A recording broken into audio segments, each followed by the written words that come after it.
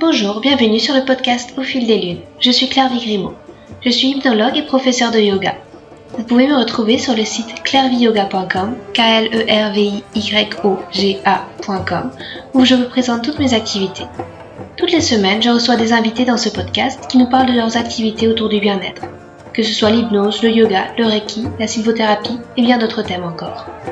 Alors sans plus attendre, voici l'épisode du jour. Dans cet épisode, je reçois Emilia. Emilia est coach sportif.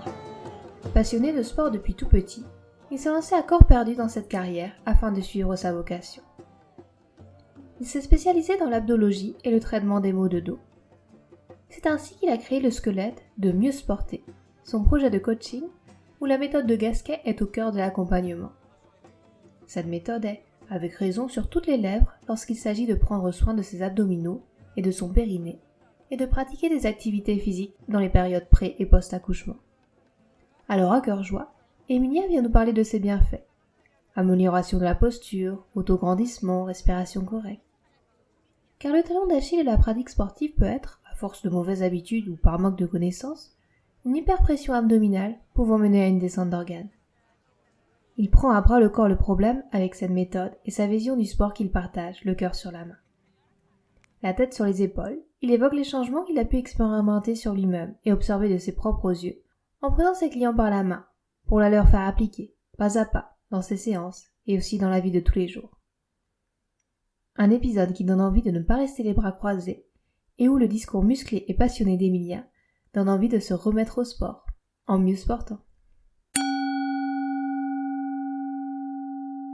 Bonjour Emilia, je suis ravie de te recevoir. Tu es coach sportif avec la création du site web Mieux Sporter. Est-ce que tu pourrais peut-être te présenter aux auditeurs et nous raconter un peu ton parcours? Bonjour Clairvy, déjà merci de m'accueillir.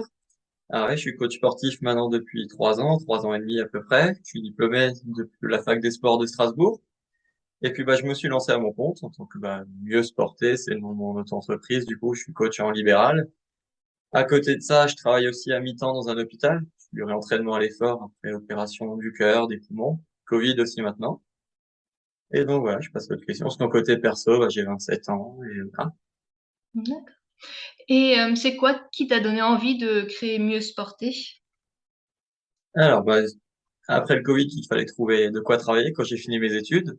Donc, pour pas mentir, de base, je devais bosser dans une association qui devait ouvrir des séances pour moi. Covid est passé, ils ont même perdu des séances, donc c'était pas possible. J'avais pour but de me lancer un jour dans mon compte de toute façon, ça a juste accéléré la chose. Donc, j'y suis allé direct et voilà, c'est comme ça. Et ce qui m'avait attiré par rapport à ton compte Instagram que je suis, c'est justement le terme mieux sporter. Qu'est-ce qui se cache derrière ce terme-là? Et quelle est un petit peu ta méthode pour accompagner les gens? Alors, justement, à mieux se porter, je pense que tout le monde a compris le jeu de mots, hein, c'est faire du sport pour mieux se porter, pour mieux se sentir, parce que c'est vraiment comme ça que je vois le sport. C'est pas le côté vraiment performance, bodybuilding, etc. C'est vraiment le bien-être au quotidien, se soulager des douleurs, se sentir mieux, être capable de bouger, pouvoir peut-être faire du sport à plus haut niveau sans blessure, et surtout sans contrainte, on se parler du périnée, etc. Je pense plus tard, mais ouais. D'accord, parce que c'est vrai qu'on dit que le sport est souvent bon pour la santé. Est-ce qu'il y a peut-être, justement un côté néfaste au sport si on le pratique pas de la bonne façon ou on se Ah, surmentionne? ouais, justement, souvent quand c'est mal fait, de mauvaises postures, des exercices pas adaptés, il y a énormément de blessures qui arrivent. On voit partout, hein, des blessures du dos, il y a des exercices, quand ils sont mal faits, c'est très mauvais pour le dos. Des exercices mauvais pour les abdos, pour le périnée. Bon, toi, t'es une femme, donc on peut plus le sentir, plus connaître ce sujet-là que les hommes. Il y a l'écartement, bon, on va pas montrer l'écartement des abdos, des grands droits quand c'est mal fait. Il y a énormément de choses et de dysfonctionnements. Donc, le placement est super essentiel, la respiration aussi. Souvent, on a tendance à pas bien respirer, même dans la vie de tous les jours. On respire pas sur l'effort, c'est ce qu'il faudrait. Souvent, dans certains exercices, on bloque sa respiration parce que ça commence à devenir difficile. C'est quelque chose de pas bon. Ça va commencer à nous faire monter la tension, etc. C'est d'éviter toutes ces choses-là. Et du coup, tu récupères souvent des personnes qui ont pris des mauvaises habitudes en faisant du sport et qui vont récupérer un petit peu? Ouais, ceux qui faisaient du sport avant, quasiment tout le monde, pour le coup. Et ceux qui n'en faisaient pas, les mauvaises habitudes du quotidien, affaler sur son canapé, sa chaise, mal se tenir, etc. Donc, quasiment tout le monde, hein, j'étais le premier avant aussi dans ce cas-là. Beaucoup de douleurs de dos qui arrivent, quoi. Et ça prend du temps à réinstaller ses habitudes? Euh, oui, parce que enfin, souvent c'est des personnes que je vois qu'une heure par semaine à une seule séance, donc là oui, quand c'est pas enfin, une heure, ça reste pas quelque chose de très très régulier comme pratique. S'ils font l'effort d'en faire chez eux, ça vient assez vite. S'ils viennent qu'une fois, non, ça vient pas tout de suite. Après, j'essaie de les corriger. Je les embête souvent pendant la séance. Et après, ils disent que chez eux, ils entendent la petite voix où je suis en train de leur râler dessus. Voilà, bien. Parce que c'est des attentions qu'il faut porter au quotidien à sa Ah, respiration. ouais, l'objectif, c'est vraiment d'améliorer son quotidien de par la méthode de Gasquet, par la posture. C'est que c'est pas seulement pendant sa séance de sport, pendant une heure pendant la semaine. C'est vraiment au quotidien qu'il faut ancrer la chose parce que si je fais qu'une heure, je pense qu'on s'en doute que ça va pas forcément suffire. Question de posture, de mal de dos, c'est super important le quotidien. C'est vraiment, peut-être même encore plus important que sa pratique, quoi. D'accord. Et justement, tu as évoqué le nom de la méthode de Gasquet. Tu pourrais nous en parler un petit peu et nous expliquer ce que c'est? Alors, la méthode de Gasquet, de base, c'est Bernadette de Gasquet, c'est une femme qui a inventé la méthode il y a quelques années. Une ancienne prof de yoga qui a repris à 30 ans des études de médecine pour prouver que ce qu'elle disait, c'était quand même sensé. Alors, ça va être des exercices, pour le côté sport, parce que c'est parti d'abord pour les femmes enceintes après, enfin, post et pour le natal. Et du coup, c'est par tous les exercices sportifs, tout ce qu'on va travailler en autograndissement, toujours s'allonger, ne pas tasser ses vertèbres, ne pas, voilà, s'enrouler sa colonne, pas mettre d'hyperpression sur ses abdos. Donc, ça veut dire, souvent quand on fait des exercices, par exemple le crunch là qu'on voit comme ça, mon ventre ressort quand je travaille, c'est-à-dire que j'ai une hyperpression abdominale. Il veut dire que je suis en train de tasser tous mes organes sur mon périnée, quelque chose de très néfaste. Future incontinence urinaire, descente d'organes, etc. Chez les hommes, plus tendance à faire des hernies. Donc voilà, donc c'est ce travail-là, travail de la respiration et de posture quotidienne, un mal de dos, être capable de bouger dans tous les sens, mais pas n'importe comment. Vraiment, sport intelligent, entre guillemets, bouger selon la physiologie humaine, quoi. D'accord, merci. Et quand tu présentes cette méthode aux personnes qui vont te voir, parfois tu as certaines réticences parce que tu parlais des crunchs. C'est vrai que les crunchs, on sent que ça travaille. Parfois, on a envie de faire un petit peu du sport pour se pousser et pas forcément des choses peut-être plus douces à l'écoute. Est-ce que tu as parfois justement des gens qui ont envie d'aller un petit peu plus fort dans l'effort et pas forcément bien? Alors pour le coup, on peut aller plus fort, peut-être pas au début parce qu'il faut apprendre les bases. Souvent au début, on a l'impression que ça travaille pas trop, qu'on le sent pas forcément. Et souvent le lendemain, on se dit ah bah merde, au final j'ai quand même un peu des courbatures, c'est des l'impression d'avoir des muscles que je connais pas parce que c'est super profond, le transverse. Si ça parle, c'est vraiment l'abdos le plus profond, c'est vraiment le muscle du gainage. C'est pas du tout ce qui est travaillé dans le crunch par exemple. Et une fois qu'on a les bases, on a quand même, on sait se placer, on a les postures, on a un assez bon gainage pour tenir les exercices plus loin, on peut aller beaucoup plus loin, faire des exercices beaucoup plus difficiles. Par exemple, une planche avec la méthode de Gasquet, donc le gainage sur les mains ou sur les coudes, sera bien plus difficile qu'une classique où on se pose un petit peu n'importe comment, comme on peut voir partout D'accord. Et toi, tu as découvert comment cette méthode personnellement? à la fac. J'ai eu un cours à la fac, j'ai tout de suite adoré, j'ai fini mon diplôme, j'ai passé la première certification en abdos, et puis après, quelques mois après, j'ai passé celle en mal de dos. D'accord. Et j'avais envie de te poser aussi une question. Les gens qui viennent te voir, ils ont plutôt quoi comme objectif? Ça va être plutôt perdre de poids, plutôt justement traiter ces maux de dos ou plutôt. Alors, ouais, beaucoup, beaucoup de mal de dos, hein. De toute façon, presque tout le monde maintenant a mal au dos, a eu mal au dos. Après, il y en a aussi, c'est perte de poids, ça c'est varié. Il y en a qui veulent bouger. Il y en a certaines aussi être entre copines, hein, parce que tu sais, ça c'est le côté ludique du sport. Ils sont contents de se retrouver le mercredi soir ou je sais pas quand. Et c'est simplement se maintenir en forme, faire une activité, se sentir mieux dans sa peau. Voilà. Il y en a d'autres aussi, elles ont fait d'autres séances avant. C'est pas pour cracher sur d'autres personnes, hein, c'est juste qu'elles sentaient qu'il n'y avait pas forcément de bénéfices en y allant très très fort. Il y a quelque chose de plus doux, un peu avec des postures un peu plus particulières, un peu plus embêtantes là-dessus, mais elles disent qu'elles sentent tout de suite une énorme différence en faisant vraiment attention à sa respiration, sa posture de base, etc. D'accord. Et le quotidien d'un coach sportif, c'est quoi? Enfin, déjà te lancer dans cette activité, ça a été difficile? Il y a eu un petit peu d'appréhension au départ ou Ah, au début, faut réussir à démarcher. Alors, parce que moi, par exemple, je pratique dans des salles polyvalentes, par exemple, dans des villages. Donc, faut réussir à trouver des mairies qui acceptent de laisser la salle, Mmh. que la salle soit libre. Et après, faut réussir à se faire connaître. C'est là où les réseaux sociaux, ils ont été utiles pour moi, surtout pendant les confinements, hein. Et après, beaucoup de bouche à oreille, ainsi dans des petits villages. Donc, ça marche beaucoup comme ça chez nous. Donc, c'est le début. Faut réussir à se lancer, se faire une clientèle et essayer de se faire apprécier en tout cas. D'accord. Et du coup, après ton quotidien, c'est enchaîner les séances. Tu arrives à te préserver aussi à pas surfaire du sport ou Alors, justement, pendant mes séances, je fais pas avec du tout. Bah, en général, souvent, ça étonne un peu, mais je fais pas avec parce que je leur explique si je suis par terre, je peux pas voir ce qu'ils font. Et vu que c'est une méthode assez précise, je préfère rester, me balader, les regarder faire plutôt que être par terre, faire semblant de les regarder et les laisser faire des conneries entre guillemets. Voilà. Donc, je fais ma pratique en dehors de mes séances. Je pratique tous les jours. Et voilà, en dehors enfin, pendant mes séances, je me balade, je corrige, je suis là pour apporter ça.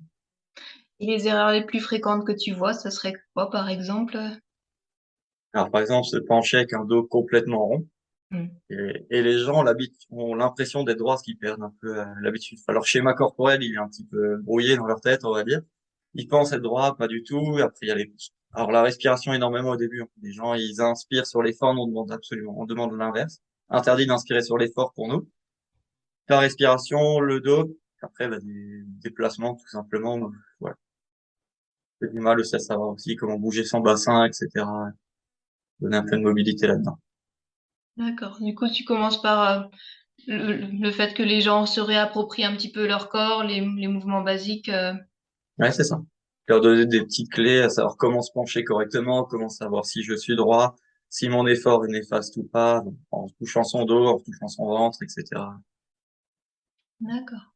Et tu as noté des changements importants chez les personnes que tu suivais? Les personnes que j'ai depuis le début, ouais, il y a presque plus aucune correction à leur apporter. Donc ça, déjà, c'est cool. Je sens vraiment la différence. Elles aussi le sentent. Parce qu'elles me disent, bon, je dis elles, parce que j'ai principalement 95% de femmes.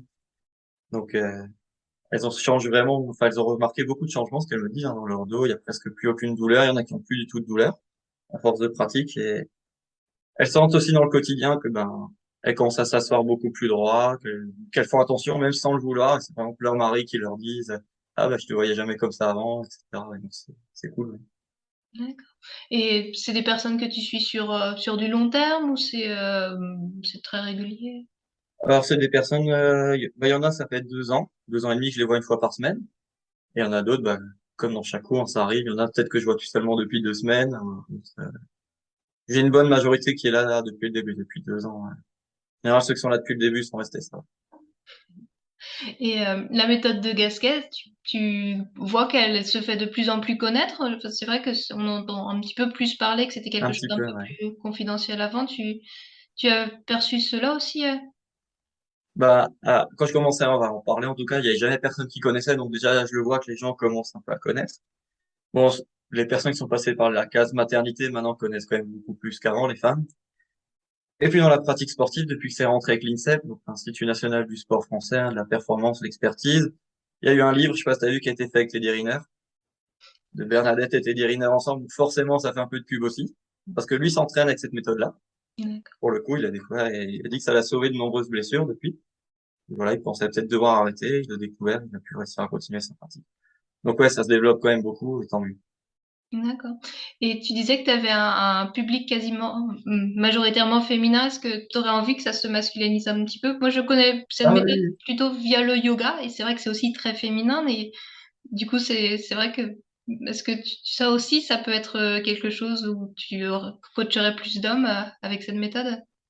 Ah j'aimerais bien, ouais, après, tel côté des hommes, il y a plus d'ego, on aime bien aller à la salle, porter plus lourd et moins faire attention, moi j'ai pas besoin d'un coach, etc. Mais bien sûr que c'est intéressant pour tout le monde. Les hommes ont tout autant mal au dos, les hommes ont aussi un périnée, hein. Beaucoup qui le savent pas, ils savent pas ce que c'est. Et là, ça serait bien que ça se développe pour tout le monde. On peut très bien porter lourd avec la méthode de Gasquet, hein. C'est juste des placements de base, des prérequis à avoir. Une fois qu'on les a, on peut y aller, quoi. D'accord. Et du coup, tu as des projets futurs, des choses que tu as envie de développer pour ton activité à moyen, à court ou long terme? J'aimerais bien pouvoir continuer à développer mes séances, forcément, pouvoir ouvrir de nouveaux créneaux, pourquoi pas. Et avoir, ouais, rester à mon compte à 100% et ce serait quelque chose de sympa dans le futur, ouais. D'accord. Et vers quoi se porte ta curiosité en ce moment? Tu as des choses que tu as envie d'expérimenter un peu plus? Que ce soit dans le domaine du sport ou ailleurs? Là, en ce moment, en plus, j'ai un planning super chargé, donc j'ai même pas trop le temps de chercher d'autres choses. Mais ouais, enfin, continuer vraiment à me développer, voir comment ça se passera dans le futur et essayer de pouvoir aider un maximum de monde à travers le sport. Le but, aider à ce que les gens se sentent mieux. Comme ça que je vois la pratique. D'accord. Et du coup, niveau de toi, pratique personnelle, tu fais ton sport, aussi, régulièrement? Qu'est-ce qui te permet d'avoir cette énergie aussi pour accompagner tes clients? Bah, des fois, ouais, je pratique forcément de mon côté, quand même que je réussisse à faire ce que je propose. Donc ouais, je pratique, je mets en œuvre. Ça me permet de tester des exercices aussi sur moi que je pourrais proposer plus tard. Donc beaucoup de méthodes de gasquet. Bon, je fais pas mal de cardio, j'aime bien ça. Et bon, je fais du foot aussi à côté qui me prend pas mal de temps. Donc il y a des jours où je fais pas de pratique de renfo, etc. Je vais à l'entraînement de foot et bah, après. Et voilà. Mmh. Bah, merci beaucoup, Émilien, pour cette conversation. Si les auditeurs veulent te retrouver, tu aurais un lien internet vers lequel les diriger? Ouais, bah alors il y a mon site internet, donc mieux sporter toutattaché.fr. Et sinon il y a les comptes Facebook et Instagram, mieux sporter. Là il y a un espace entre mieux et sporter. Sporter, sport avec le R à la fin. Voilà. Bah, merci beaucoup, Émilien, puis bah, je te souhaite Question. une belle suite de journée. À bientôt. À toi aussi, merci. Vous trouverez toutes les notes de l'épisode sur le site clairviyoga.com à la rubrique podcast. Pour finir, un petit mot pour vous parler de mon nouveau livre Au fil des lunes, justement inspiré par ce podcast éponyme. Dans ce roman, vous découvrirez l'histoire de 8 personnages dont la vocation est de guider leurs prochains vers un mieux-être, que ce soit à travers le yoga, l'hypnose, le chamanisme et d'autres disciplines. Ils sont réunis pour un week-end de bien-être. Ce sont leurs confidences que je me suis imaginé recueillir.